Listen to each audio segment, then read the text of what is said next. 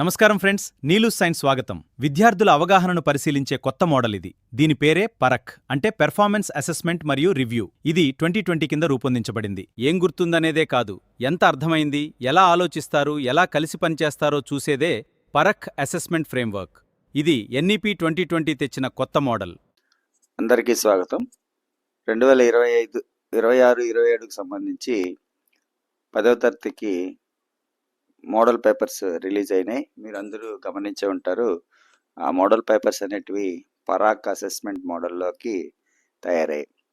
So Parag అంటే ఏంటి, ఆ మోడల్ పేపర్లో మోడల్ క్వశ్చన్స్ ఎలా ఉంటాయి, అందులో ఏమేమి ఉంటాయి, అసలు అకాడమిక్ స్టాండర్డ్స్ ఉంటాయా లేదా ఎల్ఓస్ లాగా అసెస్మెంట్ ఉంటుందా, స్పెసిఫికేషన్స్ ఉంటుందా అని చాలామందికి డౌట్స్ ఉంది. యాక్చువల్గా ఇది మోస్ట్ అవైటెడ్ వీడియో అని అంటారు. ఎక్కువ మందికి ఇది చేరాలి. అందుకోసం తప్పకుండా మీరు వీడియోని పూర్తి వరకు చూడండి, అలాగే షేర్ చేయండి. కింద హైప్ అనే బటన్ ఉంటుందండి, అది కూడా మీరు ప్రెస్ చేయొచ్చు. సో ఈ వీడియోని నేను ఒక బయాలజీ కాంపోనెంట్ తీసుకొని ఆ బయాలజీ కాంపోనెంట్లో ఈ పరాక్ అసెస్మెంట్, అందులో ఉన్నటువంటి అనేక కాంపోనెంట్స్ని గురించి చెప్పడం జరిగింది. సో మనం మామూలుగా తెలుసు, మన పరీక్షా విధానం పైనే మన యొక్క పాఠశాల విద్య అనేది ఆధారపడి ఉంది. సో దేనికి లేనంత ఇంపార్టెన్స్ని మనం పరీక్షలకు ఇస్తున్నాం.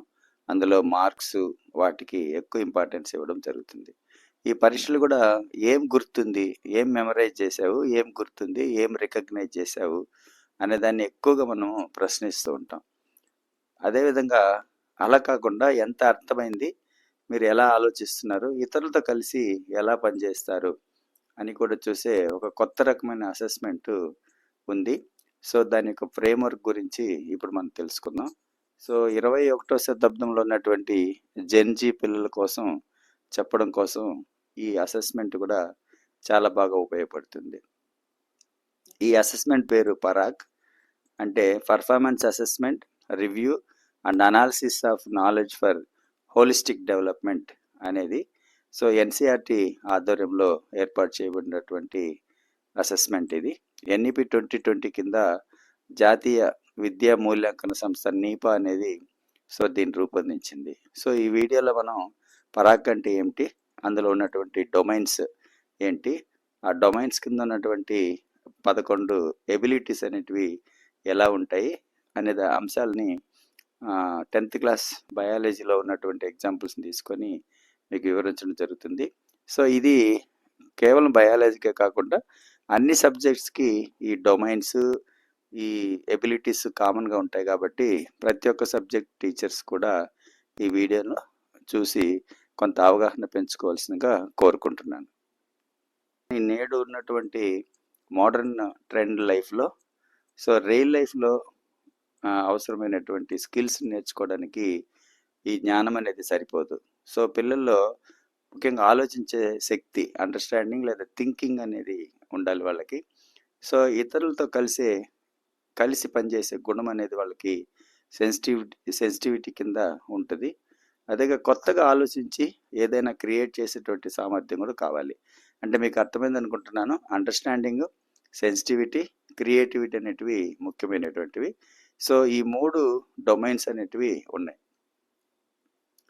ఇలా చూడండి, అవేర్నెస్, అందులో కాగ్నిటివ్ డొమైన్ అది, అదేవిధంగా సెన్సిటివిటీ, సోషియో ఎమోషనల్ డొమైన్, అలాగే క్రియేటివిటీ అనేది హై ఆర్డర్ థింకింగ్ డొమైన్ అనమాట. అంటే ఇది బ్లూమ్స్ టాక్సానమీ లాగానే చాలా వరకు ఉంటుంది, కానీ సో నవీన కాలానికి సరిపోయే విధంగా దీన్ని మాడిఫై చేయడం జరిగింది. సో మొదటిది మనం అవేర్నెస్ తీసుకుంటే, సో ఈ అవేర్నెస్లో 3 ఎబిలిటీస్ ఉన్నాయి. మొదటిది నాలెడ్జి. సో ఫ్యాక్ట్స్, టర్మ్స్, డెఫినేషన్స్ని వాటిని గుర్తుంచుకోవడం, ఇలాంటివన్నీ కూడా దీనికి సంబంధిస్తూ ఉంటాయి. సో ఉదాహరణకి రక్తంలో ఏ ఏ భాగాలు ఉంటాయని కానీ, రక్తంలో రక్త కళాలు ఎన్ని రకాలని కానీ, శీతోష్ణ స్థితి అంటే ఏంటి, నాలెడ్జ్ బేస్డ్ అటువంటి డొమైన్ ఇది. రెండవది ఒక కాన్సెప్ట్ని అర్థం చేసుకోవడం, understanding of the construct or concept. So కేవలం గుర్తించుకోవడమే మాత్రం కాకుండా దాని యొక్క మీనింగ్ ఏంటో సొంత మాటల్లో వివరించగలగడము చాలా ముఖ్యమైనటువంటి స్పెసిఫికేషన్ ఇక్కడ. సో రెస్పిరేషను అనేది ఆక్సిడేషన్ అంటాం కదా, అది ఎందుకు, ఆ ఆక్సిడేషన్ ప్రాసెస్ని మీరు ఎలా చెప్తారు? సో ఇలాంటి అంశాలని ఇక్కడ అడగడము జరుగుతుందన్నమాట. అదేవిధంగా ప్రాసెస్ని అర్థం చేసుకోవడం. మీకు తెలుసు సైన్స్ టీచింగ్లో ప్రాసెస్ అనేది చాలా ముఖ్యమైనటువంటి ఆ, క్రియ. సో ఈ ప్రాసెస్ సైన్స్ నేర్చుకోవడంలో ఎంతో ముఖ్య పాత్రని వహిస్తుంది. కాబట్టి ఆ సీక్వెన్స్, దాని యొక్క మెకానిజంని అర్థం చేసుకోవడము ఈ ఎబిలిటీ కింద మనకి వస్తుంది. సో ఆహారం నోట్లో పడిన దగ్గర నుండి అబ్జర్ప్షన్ అయ్యే వరకు ఏం ప్రాసెస్ ఉంటుంది, దాన్ని ఎలా డిస్క్రైబ్ చేస్తావు అనేది దీని ద్వారా మనం నేర్చుకుంటాం. ముఖ్యంగా ఇందులో ఉన్నటువంటి 3: నాలెడ్జ్, ఏం తెలుసు, కాన్సెప్ట్ అర్థం ఏమిటి, ప్రాసెస్ ఎలా జరుగుతుంది అనే దాన్ని ఇందులో మనము చూడవచ్చు. తర్వాత సెన్సిటివిటీ లేదా సెన్సిటివిటీ, దీన్ని సోషియో ఎమోషనల్ డొమైన్ అని కూడా అంటాం. మీకు తెలుసు సోషియో ఎమోషనల్ లెర్నింగ్ అనేది కూడా, SEL అనేది కూడా ఇప్పుడు ప్రపంచవ్యాప్తంగా ప్రముఖ పాత్ర వహిస్తున్నటువంటిది. సో ఇందులో 3 రకాలైనటువంటి ఎబిలిటీస్ ఉంటాయి: conflict resolution, open mindedness, collaboration అని. సో ఇది కాన్ఫ్లిక్ట్ రిఫ్లెక్షన్ అంటే ఏమంటే, ఒక అభిప్రాయ భేదం వచ్చినప్పుడు దాన్ని కొన్ని ఆధారాలను చూపించి సమన్వయం చేయగలగాలి. ఉదాహరణకి, మొక్కలు ఊపిరి తీసుకుంటాయా తీసుకోవని ఇద్దరు స్టూడెంట్స్ వాదిస్తారు. ఆ వాదన ఎప్పటికీ తగ్గకపోవచ్చు. సో అలాంటి పరిస్థితుల్లో కొన్ని ఎవిడెన్సెస్ని వాళ్ళు చూపించగలగాలి. అవును, మొక్కలు ఊపిరి తీసుకుంటాయి, రెస్పిరేషన్ జరుగుతుంది దాంట్లో అనే అంశాన్ని ఎవిడెన్స్తో చూపిస్తే అది ఈ ఎబిలిటీ విద్యార్థుల్లో పెరిగినట్లుగా అవుతుంది. అంటే ఈ సోషల్ ఎమోషనల్ లెర్నింగ్ కాబట్టి ఇతర విద్యార్థులతో కంపల్సరీగా దీంట్లో పార్టిసిపేట్ చేయాల్సినటువంటి అవసరం ఉంది. ఇంతకుముందు చేసినటువంటి దాంట్లో అయితే మనకి నాలెడ్జ్ మనం విద్యార్థి చదువుకోవడం ద్వారా వస్తుంది, కానీ ఇక్కడ ఇతరులతో కొలాబరేట్ అయ్యి చేయాల్సినటువంటి పని. తర్వాత ఓపెన్ మైండెడ్నెస్, ఏదైనా కొత్త ఎవిడెన్స్ వచ్చినప్పుడు తన అభిప్రాయాన్ని మార్చుకునే సిద్ధత ఉండాలి. అంటే కొంతమంది పాతదే పట్టుకొని దాన్ని మనం ఛాందస్వాదం అని కూడా అంటూ ఉంటాం కదా, అలాగ పాతదే నేను నమ్మిందే కరెక్టు అనే దాన్ని కాకుండా, అవునా నిజంగానే మారిందా ఇప్పుడు, అలాంటి ఒక కొత్త టెక్నాలజీ వచ్చిందా, కొత్త కాన్సెప్ట్ మారిందా, సో దాన్ని నేను తప్పకుండా అంగీకరిస్తాను, మార్చుకుంటాను అనే దృక్పథాన్ని విద్యార్థి కలిగి ఉండడం ఓపెన్ మైండెడ్నెస్ అనమాట. వైపులో కూడా దాన్ని విశ్లేషించగలగాలి. అవును, ఇలా అయితే ఎలా ఉంటుంది, ఇది కాకపోతే ఎలా ఉంటుంది అన్నట్టుగా వాళ్ళు విద్యార్థి అనాలిసిస్ చేయాల్సినటువంటి అవసరం ఉంది ఓపెన్ మైండెడ్నెస్లో. తర్వాత కొలాబరేషన్లో కంపల్సరీగా బృందంగా కలిసి పనిచేయడం, బాధ్యతలు పంచుకోవడం అనేది ముఖ్యమైనది. ఉదాహరణకి హార్ట్ మోడల్ చేయాలనుకోండి, స్టూడెంట్స్ ఒక గ్రూప్గా ఏర్పడి ఒక్కొక్కరు ఒక్కొక్క కాన్సెప్ట్, ఒక్కొక్క పరికరము తీసుకొని వచ్చి ఒకరు తయారు చేసి, సో దాన్ని ఒకరు ఎక్స్ప్లెయిన్ చేస్తారు, ఒకరు హెల్ప్ చేస్తారు. ఇలాగ కొలాబరేటివ్గా చేయాల్సినటువంటి అవసరం ఉంది. ఎందుకంటే ఇప్పుడు బృందంగా పనిచేసే వారికే, బృందంలో కలిసి పనిచేసే వారికే ఎక్కువగా అవకాశాలు ఉన్నాయనే విషయం మనకందరికి తెలుసు. కాబట్టి ఇది కొలాబరేషన్ అవుతుంది అనమాట. ఇది 2వ డొమైన్. ఇక 3వ డొమైన్కి వస్తే ఇది హై ఆర్డర్ థింకింగ్ లాంటిది. సో జనరేటింగ్ ఇన్నోవేటివ్ ఐడియాస్, కొత్త ఐడియాస్ని క్రియేట్ చేయడం, ఫ్లెక్సిబుల్గా ఉండడం, ఫ్లూయెన్సీ ఉండడం, ఎక్స్ప్లోరేషన్ అవ్వడం, కంబైనింగ్ ఐడియాస్ అండ్ కాన్సెప్ట్స్ని దీన్ని చూద్దాం. ఇన్నోవేటివ్ ఐడియాస్ని అంటే ఎవరు ఊహించినటువంటి పరిష్కారాలు ఇవ్వడము, అవి కూడా కొత్తవిగా ఉండడం, పాతదాన్ని కాపీ పేస్ట్ లాగా చేయకుండా కొత్తవి ఇవ్వడం. ఉదాహరణకి కిడ్నీ ఫెయిల్యూర్ పేషెంట్స్కి డయాలసిస్ కాకుండా ఇంకేదైనా కొత్త డివైసెస్ మనం సూచించవచ్చా, అలాగే ఇన్సులిన్ తప్పకుండా తీసుకోవాలా, దాని బదులు ఇంకేమైనా తీసుకోవచ్చా. సో ఈ విధమైనటువంటి నూతన ఆలోచనని చేయడము ఈ విభాగం కిందకి వస్తుంది. Next flexibility.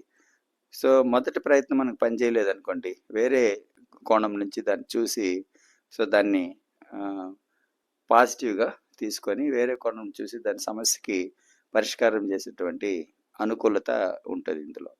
ఊహించిన అంటే ఒక మెంటల్ రేషియో మనకు రాలేదనుకోండి, అప్పుడు మన హైపోథెసిస్ని ఎలా మార్చుకోవాలని ఇందులో చూడడం జరుగుతుంది. ఫ్లూయెన్సీ, ఒక టాపిక్ మీద వీలైన ఎక్కువ ఆలోచనలు, అది కూడా వేగంగా ఇవ్వగలగాలి. ఉదాహరణకి కార్బన్ ఫుట్ ప్రింట్ తగ్గించడానికి ఏ రకాలుగా ప్రయత్నించవచ్చు అంటే, సో వాటిని అన్నిటిని కూడా మనం లిస్ట్ చేయొచ్చు. కార్బన్ ఫుట్ ప్రింట్ ఇందువల్ల తగ్గుతుంది, ప్లాస్టిక్ వాడకూడదు, పెట్రోల్ ఆదా చేసుకోవాలి, తర్వాత వాకింగ్ చేయాలి. సో ఇలాగ అనేక ఆలోచనల్ని ఇవ్వడాన్ని మనం ఫ్లూయెన్సీ అంటాం. అదేవిధంగా ఎక్స్ప్లోరేషన్, వాట్ ఇఫ్ ఇది జరిగితే ఏమవుతుంది అని ప్రశ్నించి కొత్తగా ప్రయోగాల్ని డిజైన్ చేయడం అనేది ఇక్కడ ముఖ్యమైనది. చూడండి, ఇక్కడ హ్యూమిడిటీ పెరిగితే ట్రాన్స్పిరేషన్ ఎలా మారుతుంది, సో దానికి ఒక ఎక్స్పెరిమెంట్ ద్వారా డిజైన్ చేసి చేయడం. అంటే ఇది కొద్దిగా ఎక్స్ప్లోరేషన్ అన్వేషించడంతో పాటు డిజైన్ థింకింగ్ కూడా ఇందులో భాగంగా ఉంటుంది. ఐడియాస్ అండ్ కాన్సెప్ట్స్ అంటే వేరు టాపిక్లను కలిపి ఒక కొత్త అవగాహన తీసుకొని రావడం. ఉదాహరణ మెండల్లాస్ని డార్విన్ ఎవల్యూషన్ థియరీతో కలిపి ఎక్స్ప్లెయిన్ చేయగలగడం. సో ఇలాగా 11 రకాలైనటువంటి డొమైన్స్ మనకి ఉన్నాయి. సో దీన్ని నేను ఒక్కొక్క లెసన్కి ఏమేమి డొమైన్స్ ఉంటాయి, నాలెడ్జి, సెన్సిటివిటీ, క్రియేటివిటీ, ఎక్స్ప్లోరేషన్ కింద క్వశ్చన్స్ కూడా ఎలాగ అడగవచ్చు, ఏ కాన్సెప్ట్లు అడగవచ్చు అని మీకు, సో దీనికి సంబంధించినటువంటి ఫైల్ కూడా డిస్క్రిప్షన్లో నేను ఇస్తున్నాను. అంటే క్వశ్చన్స్ కూడా ఉంటాయి, దాంట్లో మోడల్ క్వశ్చన్స్ కూడా ఉంటాయి, దాన్ని కూడా మీరు డౌన్లోడ్ చేసుకొని, సో అన్ని పాఠాలకి ఉన్నటువంటి 5 లెసన్స్ ఉన్నాయి. ఆ 5 లెసన్స్ సంబంధించినటువంటి నాలెడ్జ్లో ఎలాంటి క్వశ్చన్ వస్తుంది, అదేవిధంగా సెన్సిటివిటీలో ఎలాంటిది వస్తుంది, క్రియేటివిటీలో ఎలా వస్తుంది, ఎక్స్ప్లోరేషన్లో ఎలా వస్తుందని ఇవ్వడం జరిగింది. కూడా నేను మీకు ఇచ్చేటువంటి పీడిఎఫ్ ఫైల్లో ఇస్తున్నాను. సో వాటిని కూడా మీరు డౌన్లోడ్ చేసుకోవచ్చు. సో ఇది బ్లూ ప్రింట్ అనేది నెక్స్ట్ వీడియోలో చేస్తాను. నచ్చి ఉంటుంది, మీరు దీన్ని తప్పకుండా ఛానల్ సబ్స్క్రైబ్ చేసుకొని షేర్ చేయవలసిందిగా కోరుకుంటున్నాను. ధన్యవాదాలు.